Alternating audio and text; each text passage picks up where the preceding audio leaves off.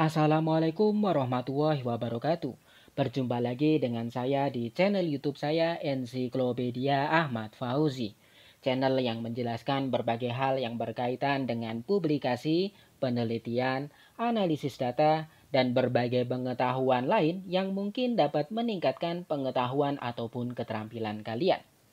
Video ini merupakan video kedua dari serangkaian video yang membahas bagaimana caranya menyusun dan menyiapkan naskah ilmiah yang baik, sehingga naskah ilmiah tersebut dapat dipublikasikan di jurnal terakreditasi Sinta ataupun jurnal-jurnal terindeks Scopus. Di video sebelumnya, kita telah mempelajari format umum dari artikel jurnal. Ada yang formatnya IMRAT, ada yang formatnya AIRDAM, dan ada juga yang formatnya IMRAT-C. Sedangkan di video kali ini kita akan memfokuskan bagaimana caranya merumuskan judul naskah artikel jurnal yang menarik dan berkualitas. Pada umumnya, judul naskah terdiri atas 3 komponen utama, yaitu subjek yang kita teliti, permasalahan yang kita angkat, dan solusi yang kita tawarkan. Misalkan saja kita melakukan penelitian pendidikan, dan judul penelitiannya adalah pengaruh pembelajaran berbasis masalah terhadap keterampilan berpikir kritis siswa SMA. Siswa SMA di sini adalah subjek penelitian kita. Keterampilan berpikir kritis adalah permasalahan yang kita angkat. Sedangkan solusinya adalah penerapan pembelajaran berbasis masalah. Ingat ya, 3 komponen ini umum ditemukan di judul, namun tidak selalu pada setiap judul kita menemukan 3 komponen ini. Sehingga saya katakan umumnya judul terdiri atas 3 komponen tersebut. Kemudian, judul yang kita rumuskan tentunya harus mewakili substansi atau isi dari naskah yang kita susun. Atau judul tersebut akurat memprediksi konten artikel yang kita publikasikan. Oleh karena itu, ketika ada seorang pembaca membaca judul artikel kita, pembaca tersebut sudah mampu memprediksi isi dari artikel yang kita publikasikan tersebut. Jangan sampai misleading. Jangan sampai judul yang kita tuliskan kurang sejalan dengan isi dari artikel yang kita publikasikan tadi. Sehingga di sini saya katakan judul harus dapat mewakili substansi dari naskah kita. Kemudian, judulnya juga harus menarik dan tentunya dapat memikat pembaca. Kalau kita ingin mempublikasikan naskah ilmiah, tentunya pembaca pertama dari naskah ilmiah kita adalah editor dari jurnal. Kita harus menyusun judul yang menarik sehingga editor jurnal tersebut tertarik untuk membaca keseluruhan naskah kita. Bila di awal sudah tidak tertarik dengan judulnya, maka bisa saja editornya tidak melanjutkan mengevaluasi naskah kita, sehingga naskah kita akhirnya ditolak untuk dipublikasikan di jurnal tersebut. Dan ketika jurnal tersebut menerima naskah kita, tentunya judul merupakan komponen pertama yang dibaca oleh para pembaca. Ketika pembaca tertarik dengan judul, kemungkinan besar dia akan melanjutkan membaca artikel kita hingga ke bagian selanjutnya. Namun, kalau judulnya sudah tidak tertarik, bisa saja artikel tersebut tidak dilirik oleh para pembaca, bahkan tidak akan diunduh atau didownload ke komputer atau HP masing-masing. Sehingga judul di sini memiliki semacam peranan utama, baik untuk meningkatkan peluang naskah kita diterima di jurnal yang kita inginkan, dan juga untuk menarik para pembaca sehingga semakin banyak pembaca yang membaca artikel kita dan semakin banyak pembaca yang dapat memanfaatkan informasi yang kita laporkan di artikel kita tadi. Kemudian, judul itu tidak selalu kalimat berita. Nanti ada berbagai bentuk judul. Akan kita pelajari di beberapa menit kemudian. Dan ketika kita menyusun judul, hindari beberapa hal berikut ini. Yang pertama adalah subjek atau deskriptor yang kita jelaskan di judul terlalu spesifik. Atau sebaliknya terlalu luas. Kalau terlalu spesifik, maka nanti pembacanya juga akan semakin terbatas. Dan kebanyakan editor atau pengelola jurnal tidak suka naskah yang isinya terlalu terbatas. Begitu juga kalau terlalu luas. Kalau terlalu luas, bisa saja judul kita tidak terlalu mewakili isi dari artikel yang kita tulis. Sehingga nanti memunculkan misleading tadi. Karena terlalu luas, nanti terlalu banyak pembaca yang ternyata kecewa.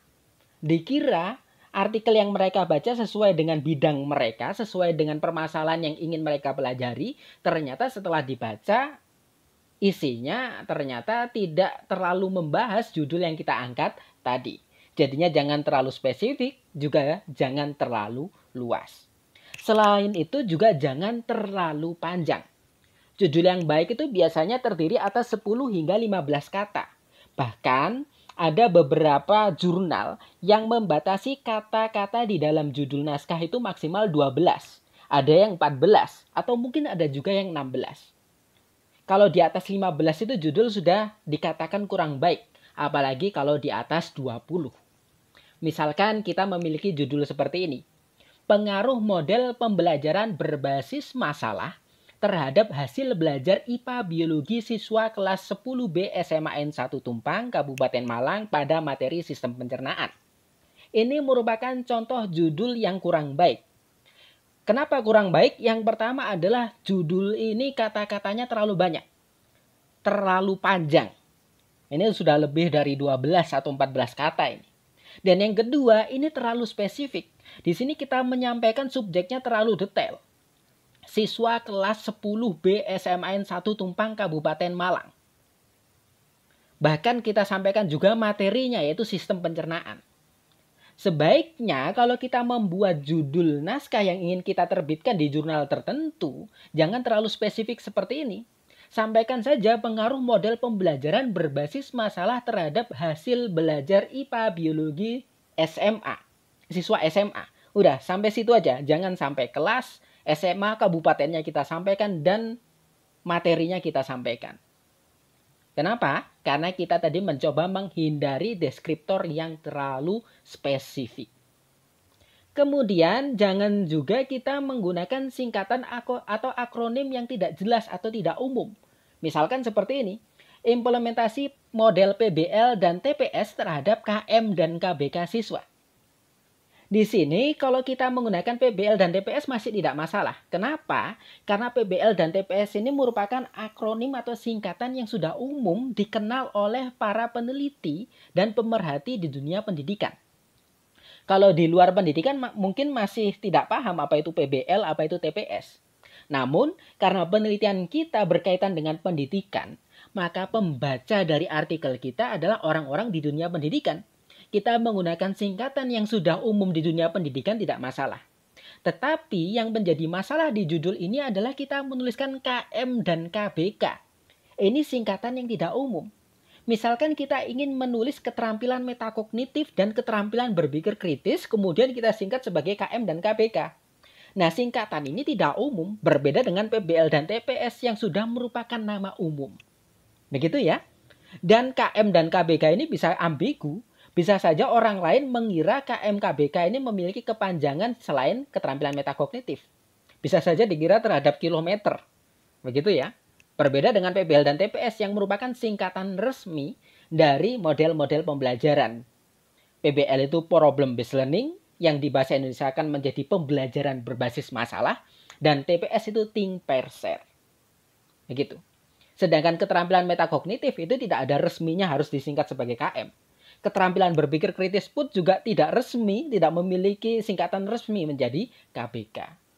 Selain itu, ketika kita membuat judul juga jangan menggunakan pilihan kata yang tidak umum.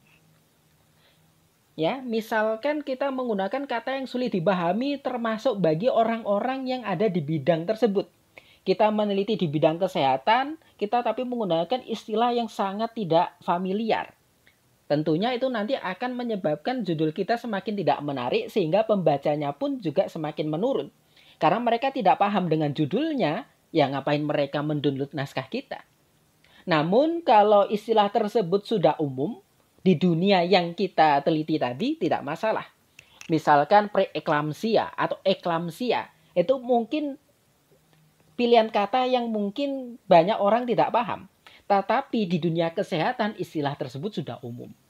Begitu ya. Ini 4 hal yang harus kita hindari ketika kita menyusun judul untuk naskah ilmiah yang ingin kita terbitkan di jurnal.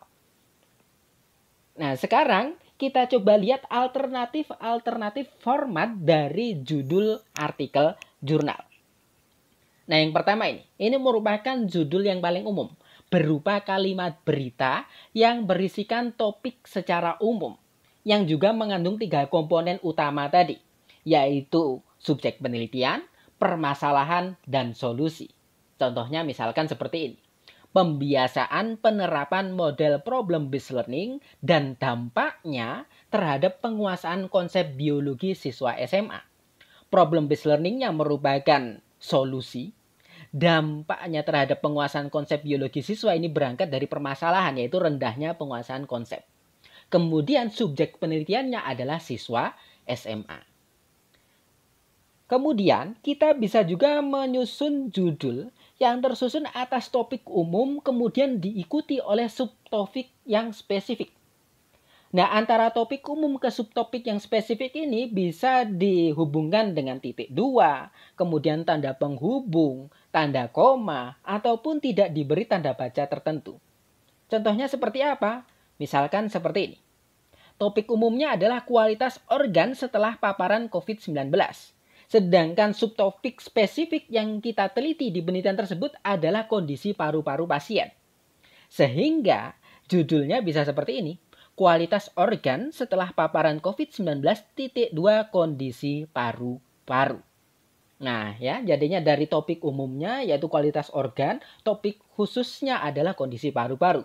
Di contoh ini dipisahkan oleh titik 2. Ingat ya, tidak selalu titik 2, bisa juga tanda penghubung atau tanda baca lainnya. Kemudian format lain adalah judul kita menyampaikan temuan penelitian kita. Jadinya langsung kita munculkan hasil penelitian kita itu apa. Misalkan seperti ini. Nanopartikel perak mampu meningkatkan efikasi obat penekan kerusakan otak. Nah, ini merupakan temuan penelitian yang kita jadikan judul. Temuan penelitian kita ternyata setelah melakukan penelitian, nanopartikel perak itu bisa meningkatkan efikasi obat. Itu temuan kita, hasil penelitian kita. Dari hasil tersebut kita susun menjadi judul. Tidak masalah. Dan ini biasanya digunakan di artikel-artikel yang dipublikasikan di jurnal-jurnal kesehatan ataupun biologi murni. Ataupun fisika juga. Kemudian bisa juga judul kita menginformasikan metode ataupun desain penelitian yang kita pilih atau kita gunakan di dalam penelitian kita. Misalkan seperti ini. Profil pengetahuan, sikap, dan kebiasaan mahasiswa terkait COVID-19. (2) Studi cross-seksional. Nah, studi cross-seksional ini merupakan desain penelitian kita. Atau mungkin judul lain, kekerabatan tarsius di daerah Sulawesi. (2) Analisis RAPD. Nah, analisis RAPD ini merupakan metode yang kita angkat. Begitu ya, jadinya metode bisa kita jadikan bagian dari judul. Format lain adalah menggunakan permainan kata. Jadinya kita menggunakan kata-kata yang menjadi daya tarik. Misalkan kata-kata terkenal yang kita plesetkan atau kata-kata terkenal yang langsung kita gunakan di judul kita. Misalkan seperti ini. I believe I can fly. (2) Penggunaan Drosophila sebagai model organisme dalam penelitian neuropsikofarmakologi. Drosophila itu lalat ya. Nah, di sini menggunakan I believe I can fly. Ini merupakan salah satu potongan lirik dari judul yang sangat terkenal di tahun-tahun dekade-dekade sebelum 2020. Atau mungkin ada juga judul yang plesetan. Ada judul dari band Nirvana itu Smell Like Teen Spirit. Dibelokkan menjadi Smell Like Clean Spirit. Nah, itu jadinya menggunakan pilihan kata, menggunakan permainan kata namun menjadi plesetan. Tidak masalah, itu sebagai daya tarik. Kemudian, judul juga bisa menggunakan kalimat tanya. Jadinya tidak selalu kalimat berita. Misalkan seperti ini. Keterampilan metakognitif siswa dilihat dari cara menjawab soal-soal biologi. (2) Apakah sudah bagus? Nah, ini menggunakan kalimat tanya. Kemudian kita juga bisa menggunakan kalimat seru. Kalimat seru itu tidak selalu berarti kalimat perintah ya. Kalimat yang menggambarkan kekaguman atau perasaan kita itu biasanya juga dalam kalimat seru. Misalkan seperti ini. Jumlah bakteri di berbagai jenis lalat. Titik 2, Drosophila paling sedikit, tanda seru. Ini juga tidak masalah.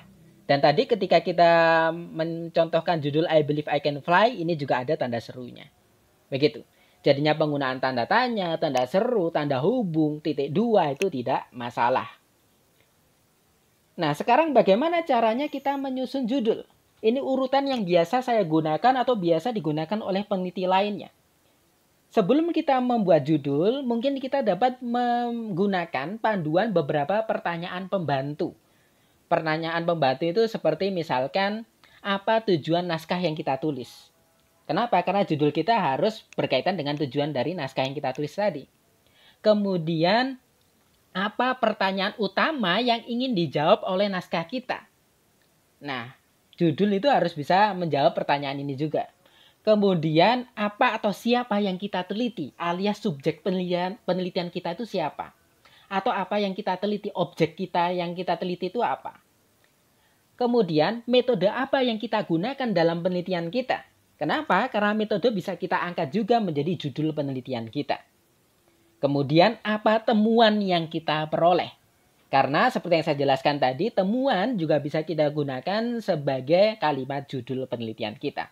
Ini beberapa pertanyaan pembantu yang bisa kita gunakan sebelum kita menentukan judul artikel kita. Kemudian, sebelum kita mendapatkan judul yang final, kita bisa tuliskan topik dari penelitian kita atau topik dari naskah kita. Topik umumnya saja, draftnya terlebih dahulu. Tidak perlu final. Kita tuliskan awal judulnya, tidak terlalu sempurna, tidak masalah. Kemudian kita lanjutkan mengerjakan bagian naskah yang lain. Nah, kemudian kita menyusun naskah.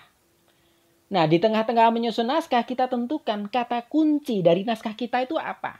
Kemudian kata kunci tersebut kita identifikasi dan menjadi pertimbangan kita untuk merevisi draft naskah, draft judul dari naskah kita tadi. Ya, jadinya kata-kata kunci, kata-kata yang mewakili naskah kita identifikasi, kemudian kita jadikan dasar untuk merevisi judul yang tadi masih berupa draft.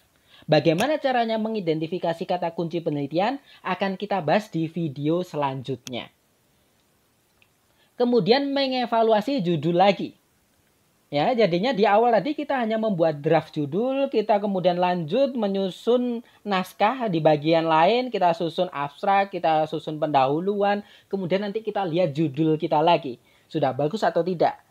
Jadinya meskipun belum final, tidak masalah kita ubah lagi menjadi lebih bagus. Nanti kita sampai kesimpulan, kita lihat lagi judulnya. Bisa kita revisi lagi. Begitu. Kemudian yang terakhir, setelah judul sudah selesai, naskah sudah siap untuk dipublikasikan, nanti kita perlu membaca ketentuan dari jurnal yang kita pilih. Kenapa? Karena biasanya jurnal itu menentukan judul maksimal beberapa kalimat. Nah, misalkan judul kita terlalu panjang, maka kita harus memotong judul tersebut. Ketika memotong, makna dari judul tidak boleh berubah. Oleh karena itu kita harus menggunakan pilihan kata lain. Istilahnya itu rewording. Kita pilih kata-kata lain setelah kita memotong kalimat judul tadi. Begitu ya, ini urutan cara menyusun atau menentukan judul. Oleh karena itu biasanya di pengalaman saya judul yang saya buat di naskah artikel saya itu biasanya yang paling akhir jadi. Setelah saya membuat naskah full 100% barulah judulnya muncul dengan baik. Begitu. Namun sebelum saya membuat naskah, saya tulis temanya terlebih dahulu. Saya tulis secara umum terlebih dahulu. Begitu. Itu tips bagaimana caranya kita menyusun judul. Urutannya seperti ini. Demikian penjelasan saya di video kali ini berkaitan dengan bagaimana caranya merumuskan judul naskah yang baik dan berkualitas sehingga dapat dilirik oleh editor jurnal Sinta ataupun Scopus. Di video selanjutnya akan kita bahas bagaimana caranya menyusun abstrak dan kata kunci. Terima kasih. Assalamualaikum warahmatullahi wabarakatuh.